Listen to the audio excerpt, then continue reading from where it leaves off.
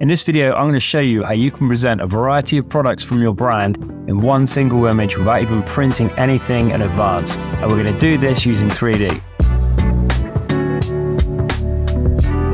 So this is going to be a nice, basic, quick video for you. So if you haven't already seen our 3D products, then feel free to check them out. We've got loads of them available on our store. First thing you need to do, if you haven't already downloaded the products, is download Blender, which is free to use. You can also use Photopea, which is a free alternative to Photoshop if you don't have that when it comes to adding your artwork to the garment. I'm not going to update the artwork on this because there's a video that goes into all of that and we don't really need to touch on that again and again.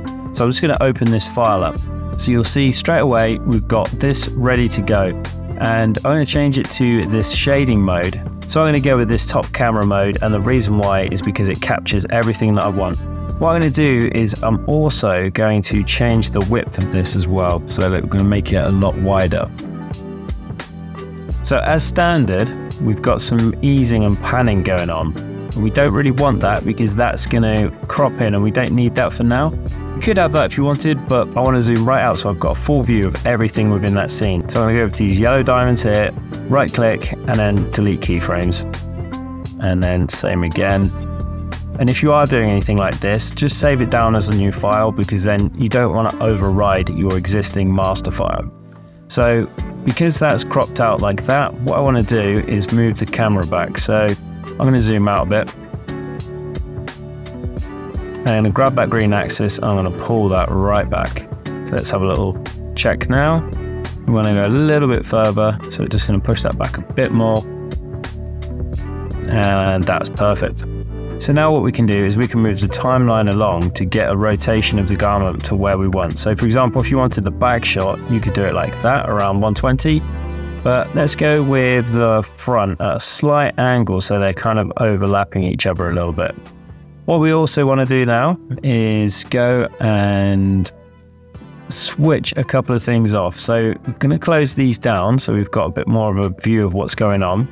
And first thing I'm going to do is I'm going to render just the background on its own. So I'm going to switch the globes off. So it's just everything there.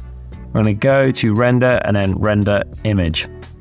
Okay, so once that's done, we can then go and save that down. So we go image, save as. So let's just call that BG for now for the background. So save as image.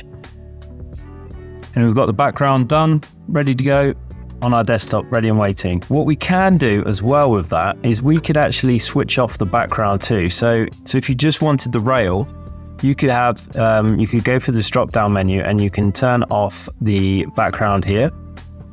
You could have the floor elements off as well. And that way it's really clean for you to just have something of your choice. So you could have some sort of branded video or campaign behind it in the background.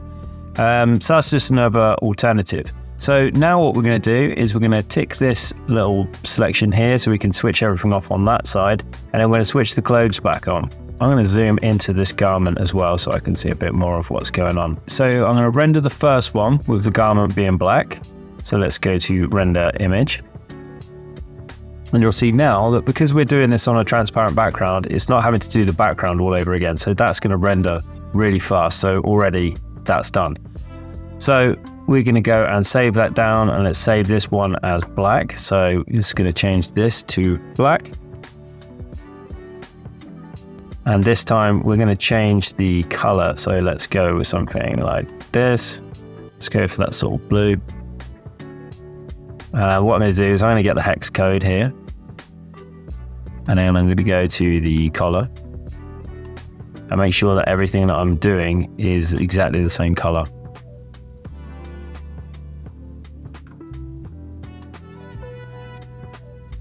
And inside material, I want to make sure that's the same color as well.